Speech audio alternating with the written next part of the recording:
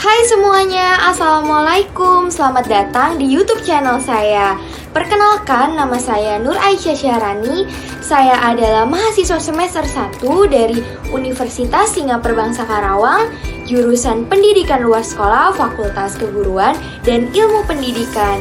Pada video perdana saya kali ini, saya akan membahas mengenai materi standar pengelolaan LKP dan juga saya akan memberikan salah satu contoh program vokasi yang ada di lembaga kursus dan pelatihan. Mohon disimak ya teman-teman, selamat menonton. Pertama akan menjelaskan mengenai standar pengelolaan LKP, di mana dalam video kali ini yang menjadi tujuan yaitu menjelaskan mengenai standar pengelolaan lembaga kursus dan pelatihan dan memberikan contoh program vokasi LKP yaitu kursus komputer. Nah, di mana sasarannya itu mencakup peserta didik kursus komputer di lembaga kursus dan pelatihan. Nah, LKP itu sendiri menurut Undang-Undang Republik Indonesia tentang Sistem Pendidikan Nasional Nomor 20 Tahun 2003 Pasal 26 Ayat 5 dijelaskan bahwa kursus dan pelatihan diselenggarakan bagi masyarakat yang memerlukan bekal pengetahuan, keterampilan, lalu kecakapan hidup dan sikap untuk mengembangkan diri, mengembangkan profesi, bekerja, lalu usaha mandiri dan atau melanjutkan pendidikan ke jenjang yang lebih tinggi. Nah, dapat kita simpulkan bahwa lembaga kursus dan pelatihan adalah salah satu satuan pendidikan non-formal yang menyelenggarakan pendidikan kecakapan hidup. Selanjutnya, LKP itu memiliki program di mana ada program vokasi dan program non-vokasi. Pada program vokasi itu mencakup hard skill, sedangkan non-vokasi itu soft skill. Di mana vokasi itu ada contohnya itu ada kursus menjahit, tata rias pengantin, lalu ada tata boga, tata busana, lalu ada kursus komputer dan masih banyak lagi. Sedangkan untuk non-vokasi itu sendiri contohnya itu seperti kursus bahasa Inggris, kursus bahasa Prancis, lalu kursus menjadi MC dan akuntansi. Nah, dalam sistem standar pengelolaan LKP, di mana harus ada sebuah pimpinan LKP atau penanggung jawab operasional lembaga. Nah, sesuai perundang-undangan bahwa pimpinan pengelolaan LKP memiliki kualifikasi dan kompetensi yang dipersyaratkan dalam standar. Pimpinan pengelola LKP itu minimal berpendidikan SMA dan memiliki kompetensi sebagai pengelola LKP. Selanjutnya ada aspek pengelolaan LKP di mana yang pertama itu ada tahap perencanaan, ada tahap pengaturan, lalu pelaksanaan dan pengawasan. Di mana perencanaan adalah tanggung jawab para pimpinan lembaga. Para pimpinan perlu menyempatkan waktu dan berpikir tentang kondisi organisasi yang diinginkan di masa mendatang. Para pimpinan perlu menganalisa kondisi lingkungan internal maupun eksternal organisasi, kekuatan apa yang dimiliki dan kelemahan apa yang dapat diidentifikasi, sehingga mereka dapat menetapkan tujuan, baik itu tujuan jangka panjang, jangka menengah maupun jangka pendek. Yang kedua itu ada tahap pengaturan, di mana pengaturan itu pada hakikatnya merupakan pembagian sebuah pekerjaan agar pekerjaan itu supaya cepat selesai dan mempermudah.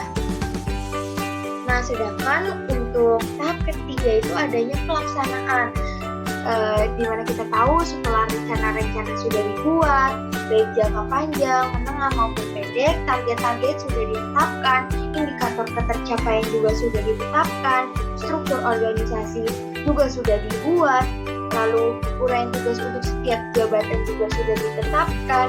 Nah, tinggal bagaimana kita melaksanakan tugasnya. Selanjutnya, tahap terakhir itu ada pengawasan.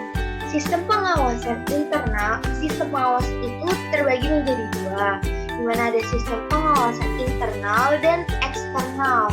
Sistem pengawasan internal itu sistem penjaminan mutu yang dibuat agar proses-proses operasional berjalan sesuai dengan SOP.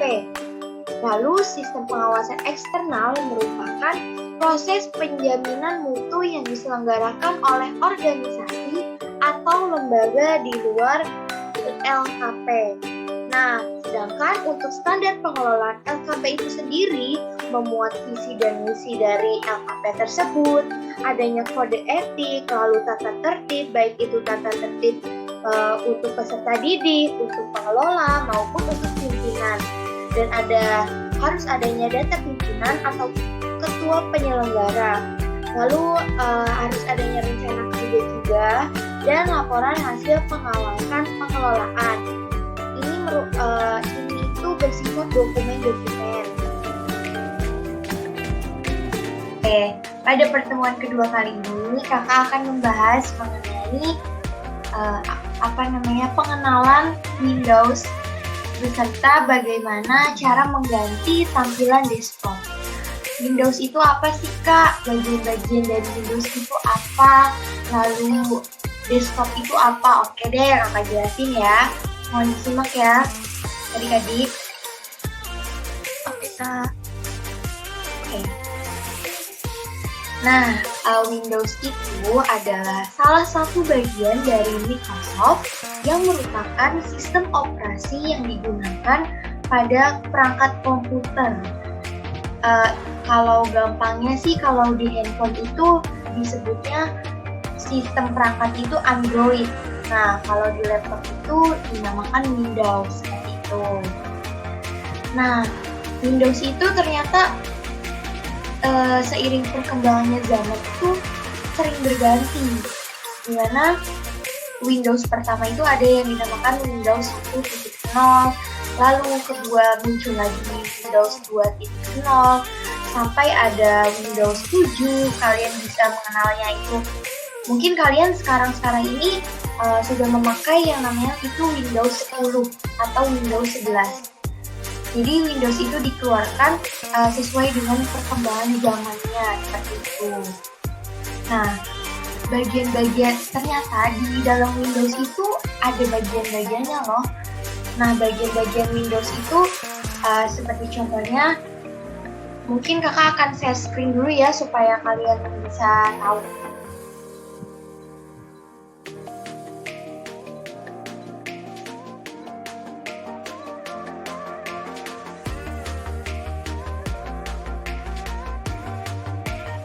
Gimana, sudah terlihat?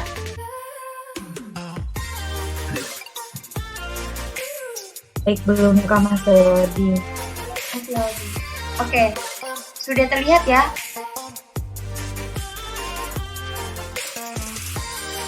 Tampilan layarnya sudah terlihat belum? Sudah, Kak. Sudah. Oke. Nah, kakak akan menjelaskan bagian-bagian dari Windows. Dimana ini namanya Windows Design. Sorry, adik-adik semua, ini namanya Windows ya. Ini tampilan di laptop. Dimana ini yang dinamakan desktop atau wallpaper pada laptop. Terdengar nggak adik-adik suara kakak? Baik, cukup terdengar. Oke, sudah tahu kan ini namanya desktop atau kalian bisa menyebutnya dengan wallpaper. Nah, sedangkan lalu ada yang dinamakan shortcut atau icon. Ini yang banyak ini nih. Yang aplikasi-aplikasi ini dinamakan shortcut atau icon. Nah, selanjutnya itu ada bagian taskbar. Taskbar ini ada di bagian bawah. Lalu ada yang dinamakan Windows Explorer atau tempat penyimpanan dokumen. Ini nih yang dinamakan Windows Explorer.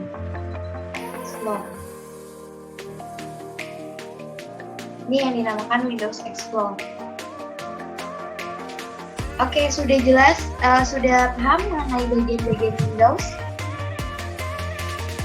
Baik, sudah cukup paham, Kak. Oke, berarti bisa lanjut ya ke materi selanjutnya. Jadi, sekarang kakak akan mempraktikkan, supaya kalian tahu, kakak akan mempraktikkan mengenai cara mengganti tampilan desktop. Tadi udah ada yang tahu kan desktop itu apa? Coba apa? Baik, Kak, izin menjawab. Desktop itu tampilan yang ada pada laptop atau bisa dibilang wallpaper. Iya. Apakah benar, Kak? Oke, betul banget. Nah, kan karena ini adalah maksudnya baru pembukaan, jadi kita belajar yang dasar-dasar dulu ya, sebelum kita mengenal Microsoft Office yang lain seperti Windows, seperti MS Word, lalu PowerPoint, lalu nanti ada MS Excel, tapi itu nanti masih jauh. Kalian sekarang mengenal dulu dasar-dasar dari bagian laptop, dari bagian komputer. Oke, sekarang mohon disimak ya adik-adik.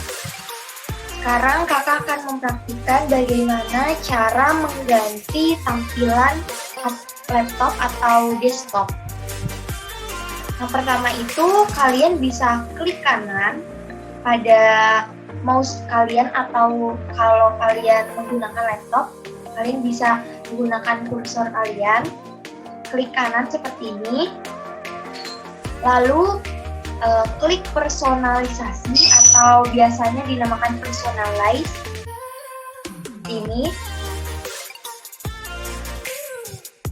nanti akan muncul tampilan seperti ini.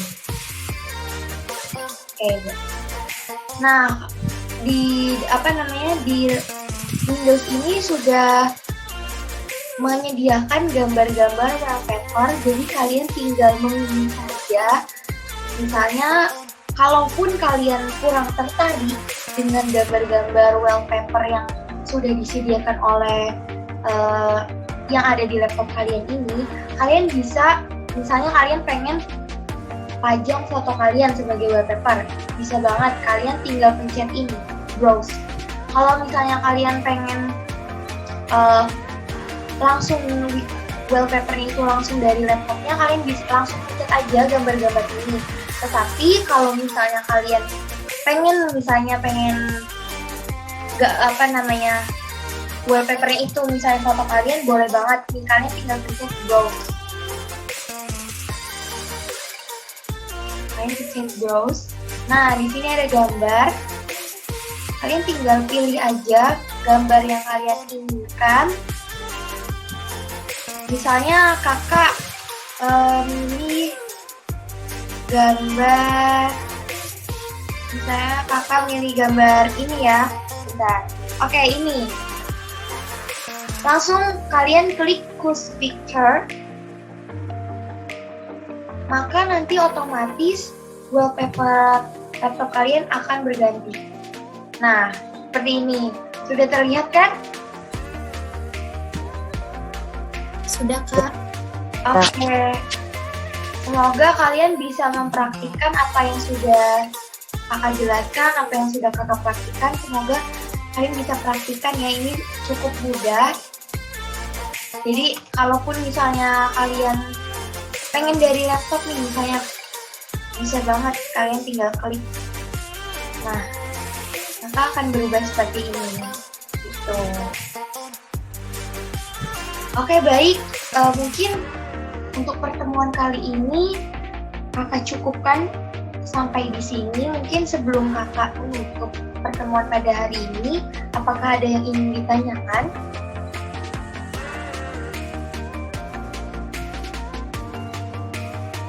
Bagaimana adik-adik?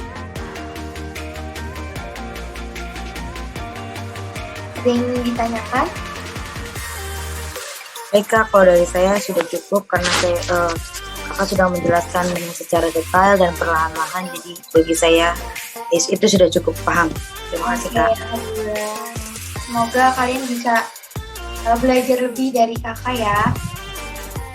Berarti nggak ada yang ingin ditanyakan? Ini sudah jelas semua? Gimana Dinar? Ya, siap. Sudah jelas Kak, saya sudah mengerti. Oke deh. Ilmunya bermanfaat banget Kak, nanti akan saya aplikasikan. Baik, terima kasih. Amin, amin. Nah, oke deh. Mungkin untuk pertemuan kali ini kakak cukupkan sampai di sini. Terima kasih atas waktunya. Semoga kalian tetap jaga kesehatan dan kakak ada sedikit pantun untuk kalian. Sore-sore main seputar. Jangan lupa minum es puter. Sering-sering kursus komputer agar kamu tambah pinter. Terima kasih atas perhatiannya. Wassalamualaikum. Di pemaparan video tadi dapat disimpulkan bahwa lembaga kursus dan pelatihan merupakan salah satu satuan pendidikan non-formal yang harus dikelola secara sungguh-sungguh agar dapat menciptakan sumber daya manusia ataupun tenaga kerja yang kompeten di bidangnya ataupun memiliki etos kerja yang tinggi. Terima kasih kepada kalian semua yang telah menonton video perdana saya kali ini. Semoga dapat bermanfaat untuk kita semua. Mohon maaf apabila ada kesalahan. Dan akhir kata saya ada sedikit pantun. Sungguh gagah Raja Malaya, dari Malaka sampai ke negeri Campa. Sampai di sini presentasi dari saya. Wassalamualaikum dan sampai jumpa. Jangan lupa like, comment, and subscribe. Bye-bye.